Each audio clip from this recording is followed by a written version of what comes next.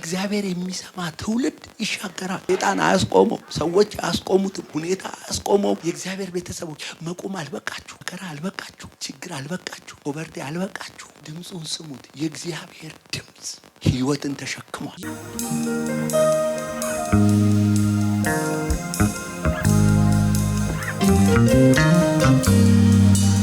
ከጌታ ቃል እንሰማለን። ኢያሱ ምዕራፍ 1 እንዲህም ሆነ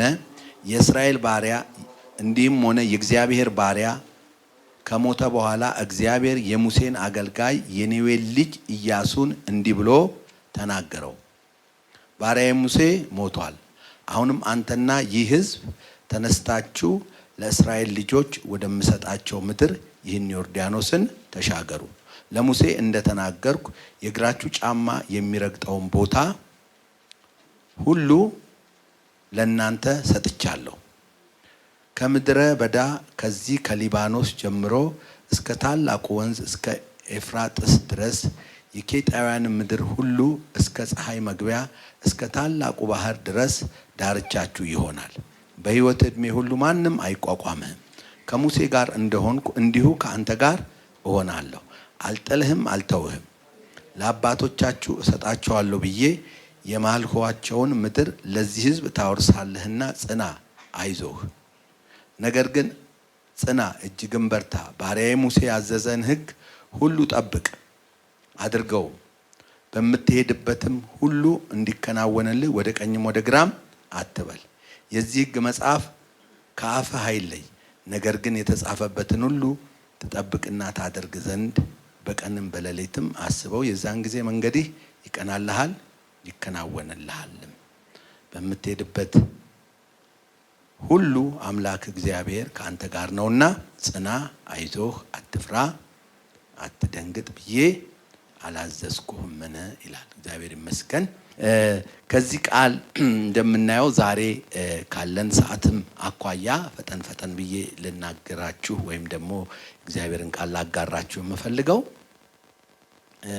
እግዚአብሔር የሚጠቀምበት ሰው ባህሪ በሚል ሐሳብ ነው። የእግዚአብሔርን ቃል ማካፈላችሁ እግዚአብሔር የሚጠቀምበት ሰው ባህሪ ወይም ደግሞ የሚታዩበት ነገሮች የሚለውን ሐሳብ አካፍላችኋለሁ። እዚህ ቤት እግዚአብሔር እንዲጠቀምበት የሚፈልግ ሰው አለ? እግዚአብሔር ይጠቀምብኝ የሚል። ክብር ለእግዚአብሔር ይሁን። ኧረ አሜን። መጽሐፍ ቅዱሳችን ሲናገር ስለ ዳዊት በመዝሙር 89 ላይ ምን ይላል? ባሪያዬ ዳዊትን አገኘሁት፣ ቅዱስ ዘይቴን ቀባሁት፣ ጠላት አይጠቀምበትም ይላል። ስለዚህ ጠላት ካልተጠቀመበት ማን ነው የሚጠቀምበት? እግዚአብሔር ነው የሚጠቀምበት። ስለዚህ ጠላት አይጠቀምበትም፣ የአመፃ ልጅም መከራን አይጨምርበትም ይላል። ስለዚህ ጠላት ካልተጠቀመባችሁ ማን ነው የሚጠቀምባችሁ? እግዚአብሔር ነው የሚጠቀምባችሁ። እግዚአብሔር ከተጠቀመባችሁ ደግሞ ማናቸውም የአመፃ ልጆች መከራን እያመጡ አይጨምሩባችሁም ማለት ነው። ይሄ ደግሞ እንደምታዩት አሁን ብዙ ጊዜ ጠላት መከራ፣ አበሳ፣ ችግር፣ ይሄን እጦት፣ ድህነት፣ በሽታ፣ በቃ የህይወት ውጣ ውረድ የማይታወቅ ውስብስብ ነገር ህይወታችንን ስርስር ያደርጋል እና ያ መፍትሄ የሚያገኘው በቃ እኔና እናንተ በትክክል እግዚአብሔር በህይወታችን መጠቀም ሲጀምር ነው። ለምን? እግዚአብሔር ኪዳን የገባው እሱ በሚጠቀምበት ዕቃ ላይ ጠላትም አይጠቀምም፣ ያመፃ ልጅም መከራን አይጨምርም። አሁን በእኛ ባህል ሁላችሁም እንደምታውቁ ጠዋት ምንም አይነት ስልክ ከጮኸ በር ከተንኳኳ ምንድነው ትዝ የሚለን? ታውቋታላችሁ። መርዶ ነው፣ ቶሎ የሚሰማው መርዶ ነው። ያ ማለት ምን ማለት ነው? ኦልሬዲ ባህላችን የመጣንበት ትውልዳችን እንደዚህ ቀና ነገር፣ መልካም ነገር ሰርፕራይዝ ማድረግ ሳይሆን ሐዘን፣ ትካዜ፣ የሆነ ተጽዕኖ፣ የሆነ ጫና በህይወታችን ይመጣል የሚል ስጋት አለ። ስለዚህ ይህ ስለሆነ ይህም ደግሞ ምክንያቱ ምንድነው? እነዚህ የአመፃ ልጆች እያመጡ መከራን ይጨምራሉ ይላል። ምን አለበት? ገንዘብ ቢጨምሩልን? ምን አለበት ጤና ቢጨምሩልን? ምን አለበት ክንውን ቢጨምሩልን? ለምንድነው መከራ የሚጨምሩብን? ለምንድነው መከራ የሚያመጡብን? ስለዚህ ለዚህ መፍትሄው ምንድነው? የእግዚአብሔር መጠቀሚያ ዕቃ መሆን ነው። የእግዚአብሔር መጠቀሚያ ዕቃ ከሆናችሁ ይሄው ቃሉ እንደሚናገር ጠላት አይጠቀምባችሁ። ያመጻ ልጅ መከራን አይጨምርባችሁ በፍጹም። ይሄው ቃሉ ነው ቀጥታ የሚናገረው። ስለዚህ ማናቸውም መከራ፣ ማናቸውም ያመጽ ልጅ፣ ማናቸውም ጠላት ምንም አይነት ነገር በእናንተ ህይወት ውስጥ ሊሰራ አቅም አይኖረውም። ለምን? ኦሬዲ እግዚአብሔር ሊጠቀምባችሁ ወይም ደግሞ እግዚአብሔር የሚጠቀምባችሁ ሰዎች ሆናችኋልና ነው። ስለዚህ እግዚአብሔር አምላክ በሚረዳችሁ ሰዓት እዚሁ ጋር ቃሉ ሲናገር እጄ ትረዳዋለች፣ ክንዴ ታጸናዋለች። በጣም የሚገርም ነው። እጄ ትረዳዋለች፣ ክንዴ ደግሞ ታጸናዋለች። በጣም የሚገርማችሁ እንኳን የእግዚአብሔር እጅ እርዳታ የሰው እጅ እርዳታ እንኳን ምን ያህል ሰውን ወደ ከፍታ ያነሳል። አንድ ድሮ የምኖርበት ከተማ የሚኖር አንድ ወንድም እዚህ ሸራተን ሰራ ነበር አለ። ሼፍ ሆኜ ኩከር ነው እና ምግብ እንትን ነው እዚህ የኦነሩ ማለት ነው። ድንገት መጣና የሚወደውን ምግብ እንድሰራለት ትእዛዝ መጣና ሰራው። ከዛ አይ ዶንት ኖ ክርስቲያንም ስለሆንኩ ነው መሰለኝ ምግቡ ጣፈጠ አለ። ከዛ ምግቡ ጣፈጠና ተደስቶ ጥሩት ብሎ ተጠርቼ መጣሁና ስመጣ 1 ሚሊዮን ብር ቼክ ጽፎ ሰጠኛል። እጁ ረዳችኛል የሰውየው የኦነሩ። ከዛ ፌንት ታሪኬ 3 ቀን አልተነሳሁም ማለት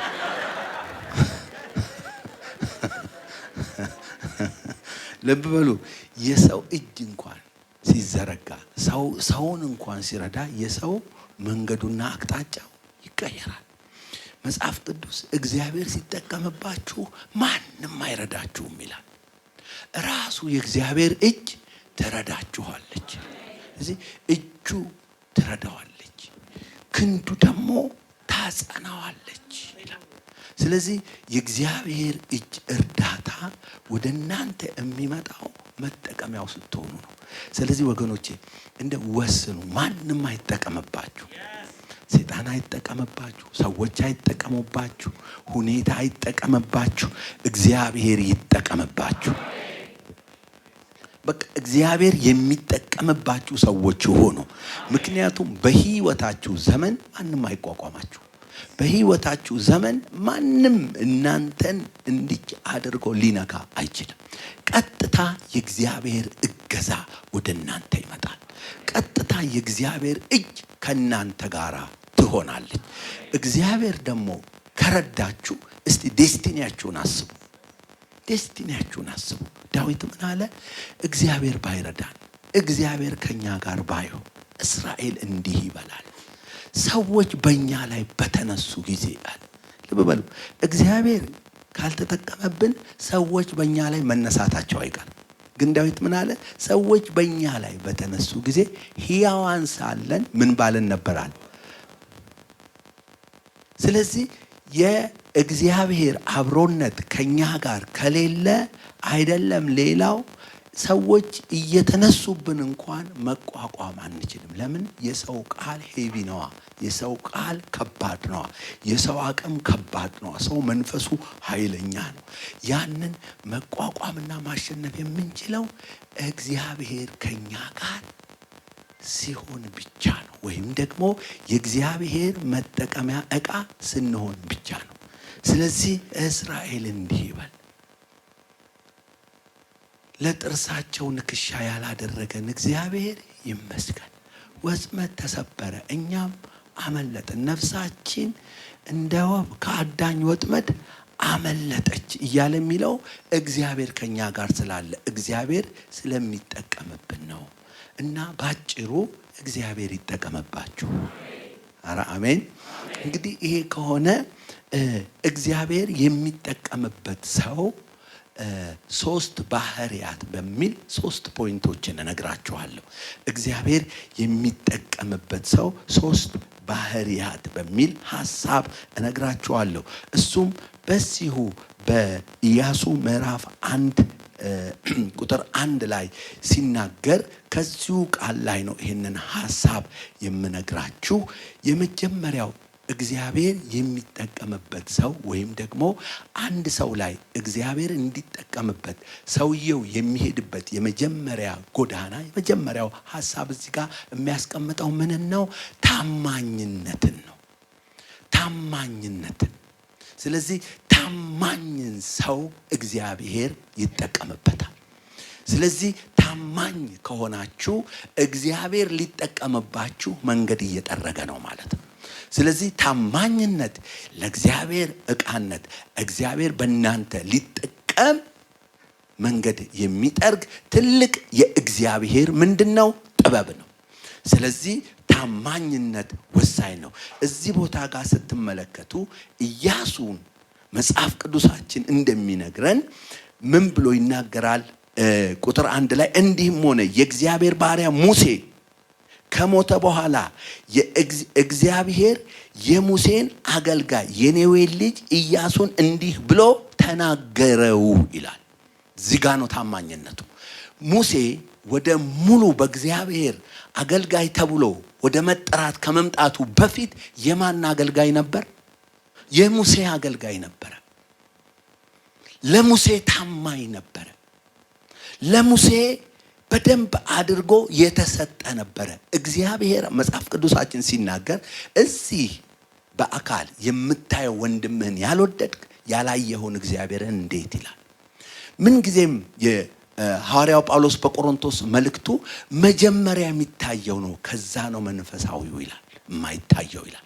ስለዚህ የሚታየው የማይታየውን ይቀሰቅሳል። በሚታየው ላይ የምናደርገው ነገር ለማይታየው ትልቅ ጉልበት ይሆናል ብሎ ይናገራል። ስለዚህ እዚህ ቦታ ጋር እግዚአብሔር አምላክ ቼክ ሲያደርግ ይሄ ኢያሱ የተባለው ሰው የማንም አገልጋይ አልነበረም። መጀመሪያ የሙሴ አገልጋይ ነበረ። በሙሴ ስር ነበረ። ሙሴን በታላቅ ዝቅታና ሙሴ በሚፈልገው መንገድ ምን ይል ነበረ? ያገለግለው ነበረ ይላል። ስለዚህ እግዚአብሔር አምላክ ምን አደረገ? አየው። ማንን? ኢያሱን። ምን ሊያደርግ? ታማኝነቱን ፈተሸ። ነገሩን አየ። አሁን ባለበት ቦታ ላለበት ጊዜ ላለበት ሁኔታ ታዛዥ ስለሆነ ለቀጣይ ክብር ሊሾመው አጨው ማለት ነው። ኧረ አሜን! እስኪ አሜን።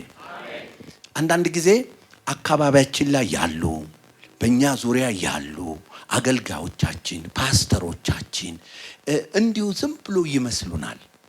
ልብ በሉ፣ በእነሱ ፊት እግዚአብሔር አምላክ እናንተን ያገለግሉ ዘንድ ሰጥቷችኋል። አሁን ለምሳሌ ፓስተር ሄኖክን ብትታዘዙ በሚላችሁ ነገር በሙሉ በእውነት በትክክለኛ ንቃትና በትክክለኛ ቅንነት አብራችሁት ብትቆሙና ብትታዘዙ ያ ሰዓት እናንተ እግዚአብሔር ሊጠቀምባችሁ ከየትኛውም ጊዜ በላይ የሚያጫችሁ ሰዓት ያ ሰዓት ነው። ፈጽመው እግዚአብሔር የፕሪንሲፕል አምላክ ነው። ንቅንቅ አይልም ከዛ ውጪ።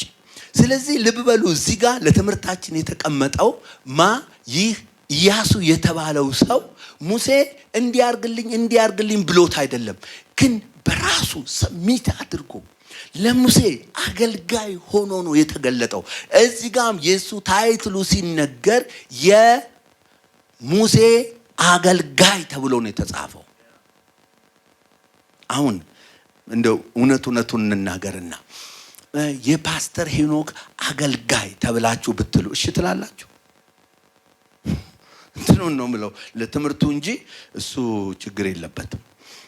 ግን እንደዛ ብትባሉ ያንን ነገር ሄቪ አይሆንባችሁም? አይከብድባችሁም? ግን መርሁ እንደዛ ነው። በየትኛውም ቦታ እግዚአብሔር እናንተን ከየትኛውም የህይወት አቅጣጫ ነጥቆ አውጥቶ እሱ ለሚፈልገው ቀጣይ ስራ እንዲሾማችሁ ዛሬ አንድ ሰው ፈልጉና በሱ ስራ አገልግሉ። አንድ ሰው ፈልጉና ሰሚት አድርጉ። አንድ ሰው ፈልጉና ለዛ ሰው ታዘዙ። ያን ጊዜ ሰውየው አይደለም እግዚአብሔር ከሰማይ ያያችኋል። ኧረ አይሰማም? ምክንያቱም አሁን ሳያችሁ እንደዚህ እንዴት ነው እያላችሁ ውስጣችሁ ሲተራመስ አየው። በዚሁ ርዕስ ነው የሚጨርሰው። ሃሌሉያ። ስለዚህ ታማኝነት ወሳኝ ነው። ስለዚህ እግዚአብሔር የሚጠቀምበት ሰው የመጀመሪያ ባህሪው ታማኝነት ነው። መጽሐፍ ቅዱስ ዛችን ሲናገር በዚህ በሰቆቀኛው ኤርምያስ ላይ እንደዚህ ብሎ ይናገራል። ያልጠፋ ነው ከእግዚአብሔር ምሕረት የተነሳ ነው፣ ርኅራኄው አያልቅም፣ ማለዳ ማለዳ አዲስ ነው፣ ታማኝነቱም ብዙ ነው ይላል። ታማኝነቱም የእግዚአብሔር ብዙ ነው። እግዚአብሔር ታማኝ ነው። ስለዚህ ከጸጋው መንፈስ የተካፈልነው አንዱ ነገር ምንድነው ብትሉ ታማኝነት ነው። ታማኝነቱ የእግዚአብሔር ብዙ ነው። ታማኝነቱ ብዙ ነው። ስለዚህ እግዚአብሔር እድል ፈንታዬ ነው፣ ነፍሴም ተስፋ ታደርገዋለች። ታማኝ ነው። ሰው ዝም ብሎ የእግዚአብሔርን ማዳን ተስፋ ቢያደርግ መልካም ነው። ሰው በታናሽነቱ ቀንበር ቢሸከም መልካም ነው። እሱ አሸክሞታልና ዝም ብሎ ይሸከም። ለብቻው ምን ይበል? ይቀመጥ። ፊቱን ለሚመታው ይስጥ፣ አፉንም በአፈር ውስጥ ያኑር። ለምን? ጌታ ለዘላለም አይጥልምና፣ ቢያሳዝንም እንደ ምሕረቱ ብዛት ይራራልና፣ የሰው ልጆችንም ከልቡ አያስጨንቅምና ይላል። ስለዚህ በዚህ በታማኝነት ውስጥ የእግዚአብሔር እጅ፣ የእግዚአብሔር ጣት፣ የእግዚአብሔር ጉልበት ስለምትመጣ ሰው ዝም ብሎ እግዚአብሔር እስካወጣለት ጊዜ ድረስ ምን ይበል? ይሸከም። ኢያሱ ዝም ብሎ ተሸከመ፣ ዝም ብሎ ተቀመጠ፣ ዝም ብሎ በእግዚአብሔር ፊት ሳይሆን በሙሴ ፊት ሆነ። ለሙሴ ታማኝ ሆኖ ቀጠለ። የእግዚአብሔር ምሪት ወደ ኢያሱ መጣ። ክብር ለእግዚአብሔር ይሁን። ስለዚህ ዛሬ በጌታ በኢየሱስ ስም የታማኝነት ቅባት ያገኛችሁ። እጃችሁን ብድግ አድርጉና ልጸልይላችሁ። እግዚአብሔር በየትኛውም የህይወታችሁ አቅጣጫ ታማኝ ያድርጋችሁ። ለመስሪያ ቤታችሁ ታማኝ ያድርጋችሁ። ለቤተሰባችሁ ታማኝ ያድርጋችሁ። ለትዳራችሁ ታማኝ ያድርጋችሁ። ለቤተ ክርስቲያናችሁ ታማኝ ያድርጋችሁ። ለትውልዳችሁ ታማኝ ያድርጋችሁ። በኢየሱስ ክርስቶስም በዚህ ቅባት እግዚአብሔር ይንካችሁ። በየትኛውም አቅጣጫ በኢየሱስ ክርስቶስም የታማኝነትን ጸጋ በህይወታችሁ ይትከልላችሁ። በዚህ መንፈስ ሁል ጊዜ እግዚአብሔር ኃይልን ይስጣችሁ በኢየሱስ ስም አሜን። ክብር ለእግዚአብሔር ይሁን። ስለዚህ የመጀመሪያው እንግዲህ እንዳልኳችሁ እግዚአብሔር እንዲጠቀምብን ታማኝ መሆን ነው። ሁለተኛው እዚሁ ቃል ላይ የምናየው ሁለተኛው እግዚአብሔር እንዲጠቀምብን ካስፈለገ ግልጽ የሆነ የእግዚአብሔር ድምጽ ወይም የእግዚአብሔር ጥሪ ያስፈልገናል። ይሄውላችሁ ቃሉ እዚህ ጋር ሲናገር ምን ብሎ ይናገራል? ለሙሴ በቀጥታ ተናገረው። ለኢያሱ ባሪያዬ ሙሴ ሞቷል። አሁንም አንተና ይህ ሕዝብ ሁሉ ተነስታችሁ ለእስራኤል ልጆች ወደ ምሰጣቸው ምድር ይህንን ዮርዳኖስ ተሻገሩ የሚል ቀጥተኛ ድምጽ ለማመጣ ለኢያሱ መጣ። ኢያሱ ታማኝ ሆኗል፣ ታይቷል። ቀጥሎ እግዚአብሔር ያመጣለት ምንድነው? ቮይስን ድምጹን አመጣለት። ቀጥታ አመጣ። ምኑን? ድምጹን። ባሪያዬ ሙሴ ሞቷል፣ አሁን አንተ ነህ ይዘህ የምትገባው። ቀጥ ያለ ድምጽ። ይሄንን ህዝብ ይዘህ ለአባቶቻችሁ እሰጣቸዋለሁ ብዬ ወደ ማልኩት ምድር ይዘህ ትገባለህ። ስለዚህ አሁን ኢያሱ ምንም የተጨበረበረ ነገር የለውም። ከሰማይ የሆነ ድምጽ ሰምቷል። ከሰማይ የሆነ ድምጽ አግኝቷል። ወገኖቼ በህይወታችሁ በቀጣይ ዘመናችሁ ስኬታማ እንድትሆኑ ካስፈለገ ከዚህ የተሻለ አቋራጭ መንገድ የለም። ግልጽ የሆነ የእግዚአብሔርን ድምጽ ስሙ። እግዚአብሔር ይናገራል። እግዚአብሔር ለሚሰማው ይናገራል። እግዚአብሔር ድምጽ አለው። ለየአንዳንዳችሁ በሚገባችሁ መንገድ ይናገራል። ያ ተናገራችሁ ማለት ነገር አለቀ ማለት። ኢያሱ መጣ። የማ ድምጽ? የእግዚአብሔር ድምጽ። የእግዚአብሔር ድምጽ መጣ። ድምጹ መጣ።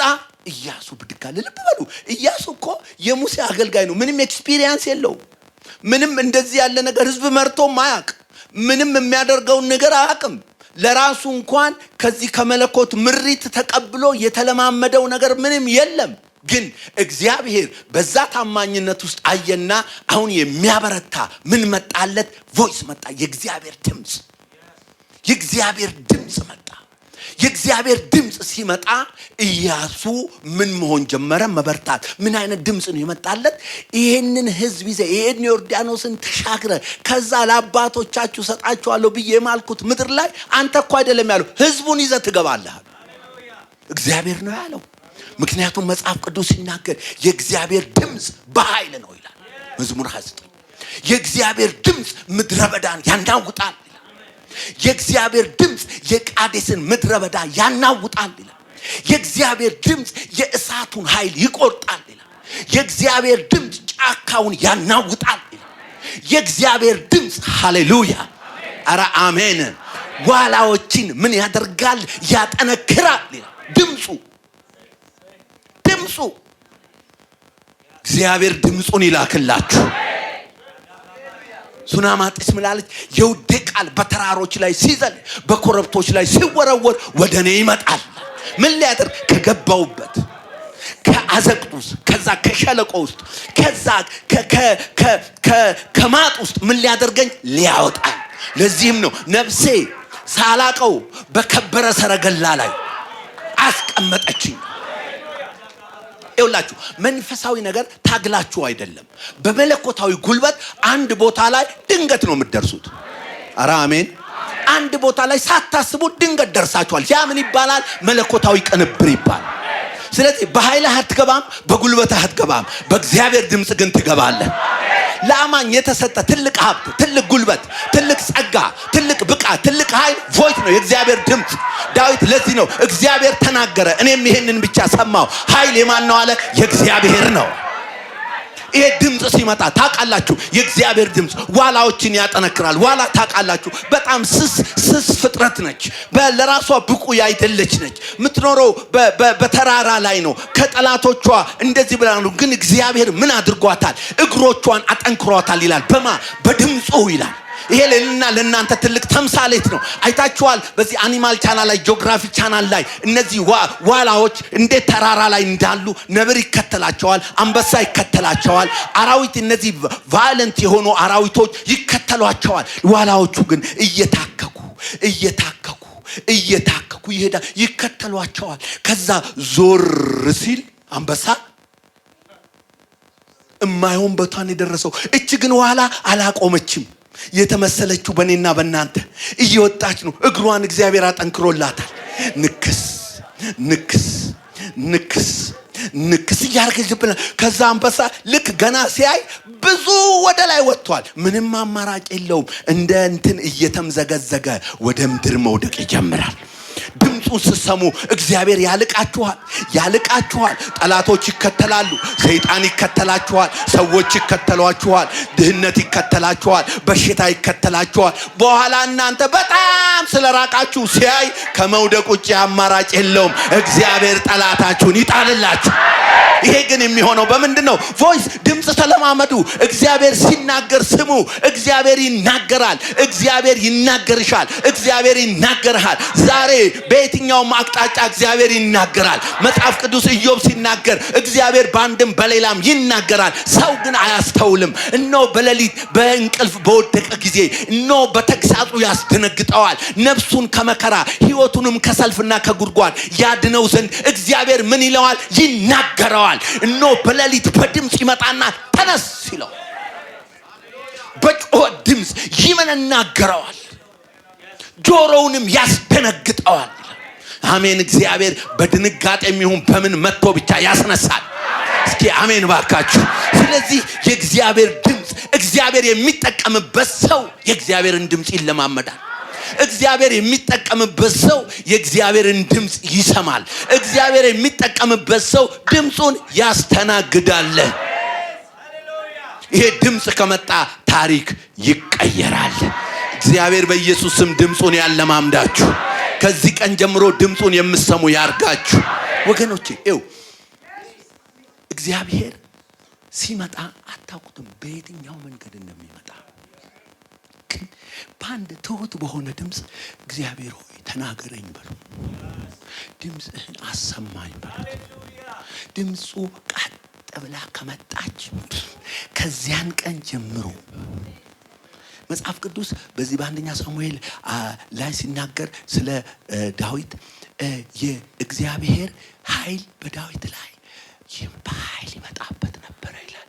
ከዚያን ቀን ጀምሮ ይላል ያ ዘይቱ ካረፈበት የእግዚአብሔር መንፈስ በሱ ላይ በኃይል ይመጣ ስለነበረ ምንም ዳዊት የሚያውቀው ነገር የለም። ግን በሄደበት ቦታ አሜን የእግዚአብሔር መንፈስ በኃይል ይመጣበት ነበር፣ ድምፁ ማለት ነው። ስለዚህ አንበሳ ደቦል ሲመጣ ቆራርጦ ይጥላል። ማናቸውም በፊቱ የሚመጡ ነገሮች ጎልያድ ሲመጡ እየዘረረ ይጥላል። ለምን? ከእግዚአብሔር ይሰማል። ከእግዚአብሔር የሚሰማ ትውልድ ይሻገራል። ከእግዚአብሔር የሚሰማ ትውልድ ማንም አያስቆመው። ሰይጣን አያስቆመው። ሰዎች አያስቆሙትም። ሁኔታ አያስቆመው። ሰዎችም እያዩ ሰይጣንም እያዩ በመሃልን በፍጹም መቆም አትችሉም። የእግዚአብሔር ቤተሰቦች መቆም አልበቃችሁ። መከራ አልበቃችሁ። ችግር አልበቃችሁ። ፖቨርቲ አልበቃችሁ። ድምጹን ስሙት። የእግዚአብሔር ድምጽ ሕይወትን ተሸክሟል። እኔ የምነግራችሁ ቃል ሕይወት ነው፣ መንፈስ ነው ብሏል።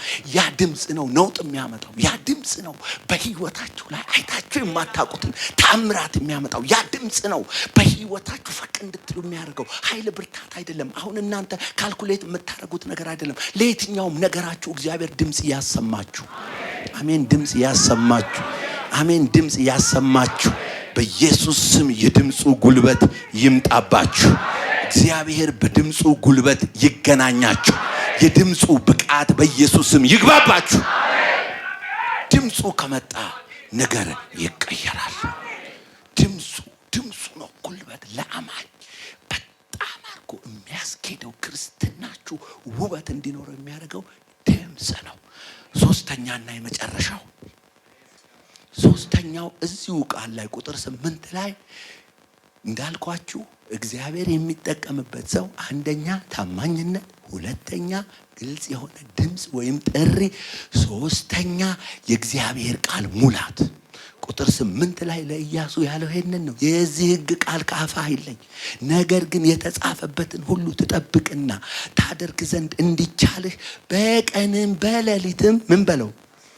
በቀንም በሌሊትም ምን በለው? አስበው። የዚያን ጊዜ ነው የሚለው። ይሁላችሁ የዚህ ሕግ ቃል ከአፍህ አይለይ ይላል። የዚህ ሕግ ቃል ከአፍህ አይለይ። ነገር ግን የምትለው አፍራሽ ነች። ነገር ግን የተጻፈበትን ሁሉ ትጠብቅም ታደርግም ዘንድ እንዲቻልህ በቀንም በሌሊትም ምን በለው? አስበው። የዚያን ጊዜ መንገድህ ይቃናል፣ ይከናወንልሃል። ጊዜው መቼ ነው? 2027 2019 አይደለም። የእግዚአብሔርን ቃል ወስናችሁ ያሰላሰላችሁበት፣ የእግዚአብሔርን ቃል መሞላት የጨከናችሁበት፣ ከእግዚአብሔር ቃል ጋር ህብረት ማድረግ የጀመራችሁበት ያቺ ቀን የተባረከች ቀን ነች። ያቺ ቀን ከየትኛውም ዘመን ይልቅ ህይወታችሁ የሚያድግበት፣ ህይወታችሁ የሚመነጠቅበት፣ ህይወታችሁ ላይ እግዚአብሔር የሚሰራበት ቀን ማለት የዛ ሕግን ቃል ማሰላሰል የጀመራችሁበት ቀን ነው። እግዚአብሔር በኢየሱስም በዚህ ጸጋ ይሙላችሁ። ይሄ ከሆነ እግዚአብሔር በህይወታችሁ መጠቀም ይጀምራል። እግዚአብሔር በህይወታችሁ ድንቅ ነገር ማድረግ ይጀምራል። እግዚአብሔር በህይወታችሁ ታላላቅ ነገር ማድረግ ይጀምራል። ስለዚህ እግዚአብሔር የሚጠቀምበት ሰው ባህሪን ተላበሳችሁ ማለት ነው በቀላሉ። አንደኛ ታማኝ ሆናችኋል፣ አሳይታችኋል። ሁለተኛ ድምጹን ሰምታችኋል። ሶስተኛ የእግዚአብሔር ቃል ሙላት በውስጣችሁ አለ። ከዚህ በኋላ እግዚአብሔር ተኝታችሁ ይጠቀምባችኋል። በሄዳችሁበት ቦታ ይጠቀምባችኋል። እግዚአብሔር በቃ ምክንያት ያደርጋል። የትም ቦታ እናንተ ባላችሁበት የእግዚአብሔር ግሎሪ አለ። እናንተ ባላችሁበት የእግዚአብሔር ሸክና አለ። እናንተ ባላችሁበት የእግዚአብሔር ክብር አለ። እናንተ ባላችሁበት እግዚአብሔር በህይወታችሁ ሲጠቀም ማየት ትጀምራላችሁ። ወገኖቼ ዘመናችሁ ህይወታችሁ በከንቱ እንዳያልፍ በኢየሱስ ክርስቶስ ስም እግዚአብሔር ይጠቀምባችሁ። አንዷም ቀን ጌታ ሳይጠቀምባችሁ አትለፍ። በኢየሱስ ስም በዚህ ጸጋ እግዚአብሔር ይሙላችሁ። እንግዲህ ይሄ ከሆነ አንድ እግዚአብሔር የተጠቀመበትን ሰው እንመልከት። በዚህ በሐዋርያት ሥራ ምዕራፍ 8 ቁጥር 4 ጀምሮ ስትመለከቱ ምን ይላል? የተበተኑትም ይላል። የተበተኑትም ቃሉን እየሰበኩ ምን አደረጉ ይላል? ዞሩ ይላል። የተበተኑትም ምን እያደረጉ? ቃሉን እየሰበኩ ዞሩ። ፊልጶስም ወደ ሰማርያ ከተማ ገባና ክርስቶስን ምን አደረገላቸው? ሰበከላቸው። ወደ ሰማርያ ከተማ ገብቶ ምን ማድረግ ጀመረ? መስበክ ጀመረ። ፊልጶስ ምንድነው ያለው? ቃል ነው። ፊልጶስ ምንድነው ያለው? ክርስቶስ ነው። ፊልጶስ ምንድነው የተሸከመው? እግዚአብሔር ጠርቶታል። ታማኝ ነበር። እግዚአብሔር ድምጽ ያገኘ ሰው ነው። የእግዚአብሔር ቃል ሙላት ውስጡ ስለነበረ እቺ ሰማርያ የምትባለው ከተማ እንደምታቋት መገለጫዋ በመናፍስት የተሞላች ከተማ ነች። ሰማርያ በጠንቋይ የተሞላች ከተማ ነች። ሰማርያ በአንካሶችና በሽቦች የተሞላች ከተማ ነች። ሰማርያ ሐዘን የሚባለው ለዓለም ከዛ ነው የሚከፋፈለው። በሐዘን የተሞላች ከተማ ነች። ስለዚህ አየሩ ምድሩ በክፋት ኃይል ጥቅጥቅ ተደርጎ የተያዘ መፈናፈኛ የሌለባት ከተማ ነች። ግን የሚለው ቃል ይመጣና ፊልጶስም ወደ ሰማርያ ከተማ ገባና ምን አደረገ ይላል? ለዚህ ባጋንንት ለተያዘ፣ ለዚህ በጠንቋይ ለተያዘ፣ ለዚህ ሽባ ለሆነ ይሄ አጋንንት ለሞላበት ከተማ ምን አደረገ? ክርስቶስን ሰበከ። ልክ ክርስቶስን ሲሰብክ የመጀመሪያው የሆነው ነገር ምንድነው? ህዝቡ በአንድነት ሆኖ ቃሉን አዳመጡ ይላል። ይሁላችሁ አዳመጡ። ይሄ ህዝብ እዛ ውስጥ ያለው ህዝብ ብዙ የሚያዳምጠው አለ። እነ ስምዖን አሉ፣ የጠንቋዮች ዋና መናፍስቱ ቀላል እንደ በሰው ሁሉ ውስጥ አጋንንት አለ ይላል። እና ምን ሆነ ይላል? ሰሙት ይላል። አሁን ልብ በሉ። ብዙ ሰው እኔ ማንንም አይሰማኝ የሚለው እግዚአብሔር ስለማይጠቀምበት ነው። እግዚአብሔር የሚጠቀምበት ከሆነ ሁሉ ይሰማል። እስቲ ቀጥል ነው ትሰማለህ። ይሄ ድምጽህ ይሄ ካንተ አንደበት የሚወጣው ቃል ዶልዶል ያለ ነው። ሰዎች ነው የሚያደርግ። ግን እግዚአብሔር ካልተጠቀመብህ፣ ድምጹን ካልሰማ፣ ታማኝ ካልሆንክ፣ ቃሉ በሙላት ከሌለብህ ገና ስትናገር ሸከከኝ በቃ አቁም ነው የምትባለው። ጀመረው ነው የምትባለው። እዛ የሰፈሩ ሰው ደግሞ እንትን ሊሉብህ ጀመረው ብለው ስም ያወጡልሃል። ስለዚህ ይሄ እንዳይሆን እግዚአብሔር ታማኝ ሁኑ፣ ድምጹን ተለማመዱ። ኧረ አሜን። የእግዚአብሔር ቃል ሙላት በውስጣችሁ ይኑር። ይሄ ሲሆን ሰማርያ ከተማ ገብቶ ሲናገር ህዝቡ በአንድ ልብ ሆኖ ቃሉን አደመጠው፣ ሰሙት። አሁን ሁሉ ሰው የመሰማት ችግር ነው ያለበት። ስሙኝ እኮ ስሙኝ። ምክንያቱም ስሙኝ የሚል ሰው እኮ መሰማት አቅቶታል። ስለዚህ ስሙኝ ስላልክ ሰው አይሰማህም። ስትናገር ግን አንተ ላይ ያለ የሰውን ይውላችሁ ትክክለኛ የተቀባ ሰው ማለት የሰውን አቴንሽን የሚይዝ ማለት ነው። የሰው አእምሮ ቀላል እንዳይመስላችሁ። አሁን እዚህ ውስጥ ራሱ እየሰባው አንዳንዶቻችሁ ሄዳችሁ ቤታችሁ ምናምን ደርሳችሁ እየዋለላችሁ ነው። ተመለሱና ነው ወደዚህ።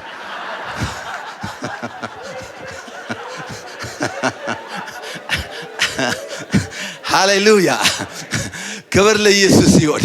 ስለዚህ የሰውን አቴንሽን ማግኘት፣ የሰው ማይንድ ማግኘት፣ የሰውን ሐሳብ መጽሐፍ ቅዱስ በሰው ልብ ውስጥ ብዙ ሐሳብ አለ ይላል። የእግዚአብሔር ምክር ግን እሷ ትገባና ኮንትሮል ታደርጋለች። አንዳንድ ሰው እኮ እያወራችሁት የለም ጆው ብሎ የት ነህ ብሎ ነው የሚመጣው። ይሄ ግን ቅባት ያለው ይሄ እግዚአብሔር የሚጠቀምበት እነዚህ ሶስት መናዎች ያሟላ ግን እንዲህ ያለ ከተማ ሲገባ ህዝቡ የሚናገረውን ቃል ማዳመጥ ጀመሩ ይላል። ለቃሉ ቦታ ሰጡ። የሚናገረውን ቃል ተቀባይነትን አገኘ። አንድ ጊዜ ድሮ ነው ካናዳ መጋቢ በነበርኩ ጊዜ አንድ ጸጉሩን እንትን ያደረገ መጣ። ጠዋት ፓስተር አቤት ትንሽ ወሰድ አድርጎ የመጣ ይመስላል እና ዛሬ መመስከር ፈልጋለሁ አለ። አይ አንዴ መመስከር አትችልም አልኩት። አንዴ መመስከር እስኬጁል ያዘልህ እንደገና ደግሞ ምን እንደምትመሰክር ኢንተርቪው ላድርግህ ከዛ በኋላ በሚቀጥለው ሳምንት እስኬጁል ሰዓት ይዝልሃለሁ ትመሰክራለህ አልኩት። በፍጹም ዛሬ ነው መመስከር ያለብኝ አለ። እንደዚህማ በጉልበት አይሆንም አለ። ከዛ ፓስተር ስማኝ አለ። እኔ ምለው አለ ስንት ዓመት ሰማው ዛሬ በሰማይ ምን አለ አለ።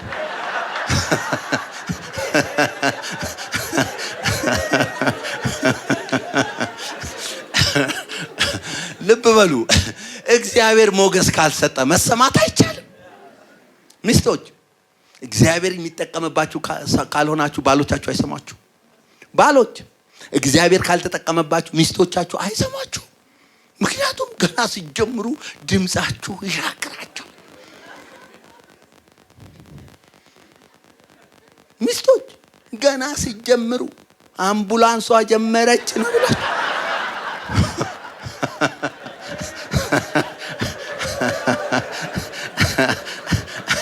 ሃሌሉያ ክብር ለእግዚአብሔር ይሁን። ስለዚህ የእግዚአብሔር ሕዝቦች ዛሬ እግዚአብሔር በታላቅ ኃይል ወደ እናንተ እንዲመጣ በኢየሱስም የሚጠቀምባችሁ ሰዎች ያደርጋችሁ። ሕዝቡም የፊልጶስን ቃል በሰሙ ጊዜ ይላል። በጣም እኮ ነው የሚገርመው። አያውቁት፣ ድንገት ነው የመጣው ተነጥቆ። አያውቁት ምን ግን ንግግሩ በቃ እነሱን የሚብሽ እነሱን የሚያድ እነሱን ወደ አንድ ነገር የሚያስቀው ምን እንደሆነ አይታ ሰሙት ይላል። ከዛ ንግግሩ ውስጥ ምን አብሮ ተካቶ ሄዶ ነበረ? ቀጥሎ ያለውን ሁለተኛውን ስኒ ስታዩ የሚያደርጋትን ምልክት ባዩ ጊዜ ይላል። እግዚአብሔር የሚጠቀምባችሁ ሰዎች ከሆነ ለሌላችሁ ምልክቶች፣ ድንቆች ይሄ ሳይን ኤንድ ወንደር የሚባለው የህይወታችሁ አንዱ ክፍል ነው የሚሆን እንጂ እነ ከሌጋ እንትን ተደረገ ብላችሁ እናንተ ራሳችሁ ምልክት ነው የምትሆኑ። ለዚህ ነው ኢሳይያስ ያለው እኔና እግዚአብሔር የሰጠኝ ልጆች በጽዮን ተራራ ከሚኖር ከሰራዊት ጌታ ከእግዚአብሔር ዘንድ ድንቅ ምልክትና ተአምራት ነናል። እናንተ ተአምራት ተመልካች አይደላችሁም፣ ራሳችሁ ተአምራት ናችሁ። እግዚአብሔር የሚጠቀምበት ሰው ራሱ ተአምራት ነው። እግዚአብሔር የሚጠቀምበት ሰው በምልክት የታጀበ ነው። ስለዚህ ከቃሉ በኋላ ምልክቶች ነበሩ ይላል። ያደርጋት የነበረችው ምልክት ይላል። ይሄንን ባዩ ጊዜ ዋው እግዚአብሔር አምላክ ቤተክርስቲያናችሁን ሊባርክ እግዚአብሔር የእናንተን ነገር ሊባርክ ምልክት ማሳየት ይጀምራል። ቃል ካላችሁ ታማኝ ከሆናችሁ ድምጽ ከሰማችሁ እግዚአብሔር በህይወታችሁ ድንቅ ምልክት ማድረግ ይጀምራል። በሌላ አይደለም በአንተ ህይወት ውስጥ እግዚአብሔር ምልክት ማድረግ ይጀምራል። ድንቅ ታምራት መሆን ይጀምራሉ። ታላላቅ ሚራክሎች መሆን ይጀምራሉ። ታላላቅ ነገሮች መከሰት ይጀምራሉ። ታላላቅ ነገሮች ማየት ትጀምራላችሁ። አረ ሃሌሉያ! ኢየሱስ ክርስቶስ ጌታ ነው። ስለዚህ በሁለተኛ ደረጃ ይሄ ሰው ይሄንን ነገር ሲያደርግ ምልክት መታየት ጀመረ። ምልክቶች ብቅ ማለት ጀመሩ። ከዛ ይቀጥልና በሶስተኛ ደረጃ በጣም ይገርማቸዋል። ህዝቡ ሁሉ በአንድነት ተሰብስበው ቃሉን አደመጡ ይላል። ህብረት፣ አንድነት፣ ስምምነት መጣ። በአንድነት ተሰበሰቡ። ይሄ መጣላት፣ መከፋፈል እንደዚህ ማለት የለም። ቃል ሁላችሁ ካላችሁ የእግዚአብሔር ቃል ህብረት ያመጣል። የእግዚአብሔር ቃል አንድነት ያመጣል። የእግዚአብሔር ቃል አረ ሃሌሉያ! አንድነት ይሄው ተሰባሰቡ። ምክንያቱም መናፍስቱ ላይቶ ምክንያቱም እዛ አንዱ ሽባ ነው፣ አንዱ እውር ነው፣ አንዱ አጋንንት ያለበት ነው። በአሽሙር በምናምን ተበታት ነው ያሉ ናቸው። ፊልጶስ መጥቶ ግን መናገር ሲጀምር በአንድነት ቆጫሉ። ሃሌሉያ!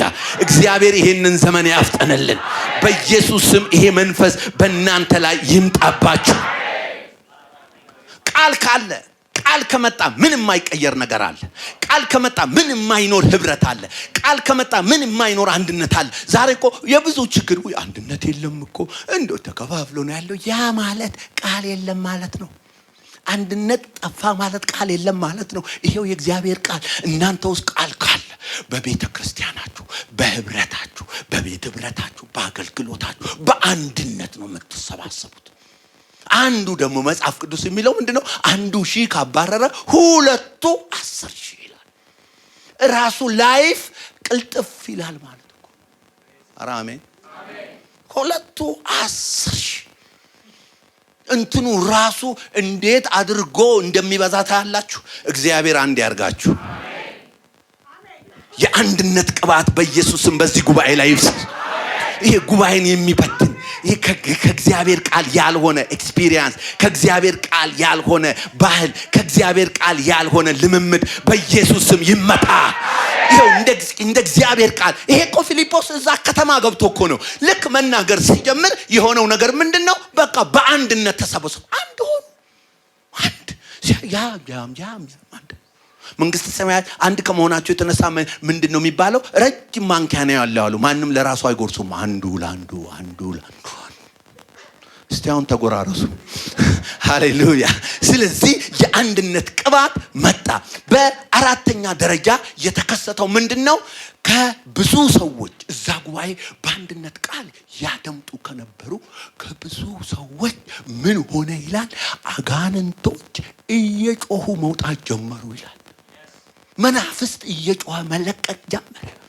መናፍስት ሪል የሆነ ሬማ የሆነ የእግዚአብሔር ቃል መገለጥ ባለበት አይቀመጥም። እየጮኸ መውጣት ይጀምራል። ያ ማለት ልብ በሉ፣ ፊልጶስ መጥቶ እኮ ሲናገር ተሰብስበው በአንድነት ቁጭ ብለዋል። ግን ፊልጶስ ታማኝ ነበር። ፊልጶስ የእግዚአብሔርን ድምፅ ሰምቶ ነበር። ፊልጶስ የእግዚአብሔር ቃል ሙላት ነበረው። መጥቶ ቃል ሲናገር ቃሉን የሰሙት ሁሉ ላይ ምንድነው የሆነው?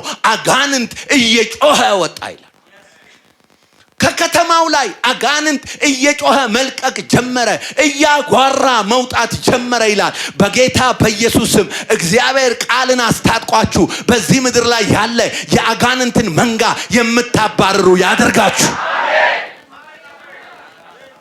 እየጮኸ መናፍስቱ ወጣ ብሎ የእግዚአብሔር ቃል ይናገራል። ከዛ ቀጠልና በአምስተኛ በመናፍስት አልቆመም። እዛ ጉባኤ ውስጥ የክራንች መዓት እንዲህ ተደርድሯል።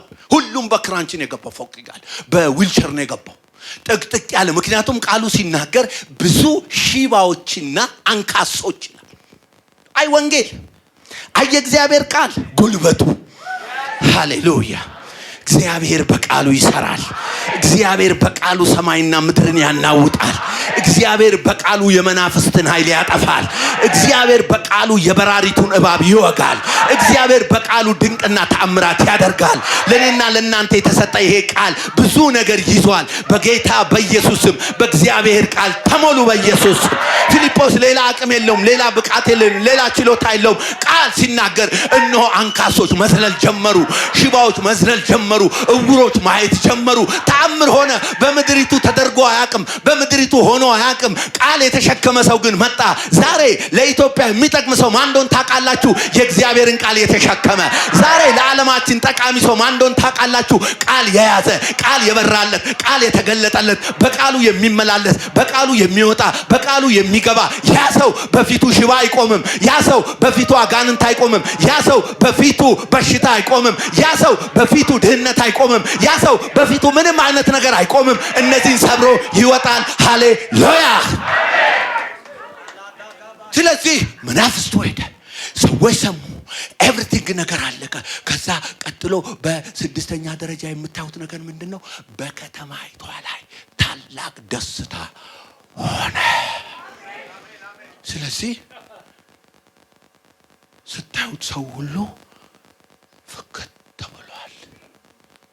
ያድሮ ፎቅ እየነበረ ይል ነበር። አሁን ነው የሚለው። ይሄ አንዳንድ ሰዎች አይታችኋል፣ ጭክካሉ ናቸው። ቆንጆ ሆነው የሐዘን ቁርምት ዳርጓቸዋል። የሐዘን መንፈስ ይወጋ።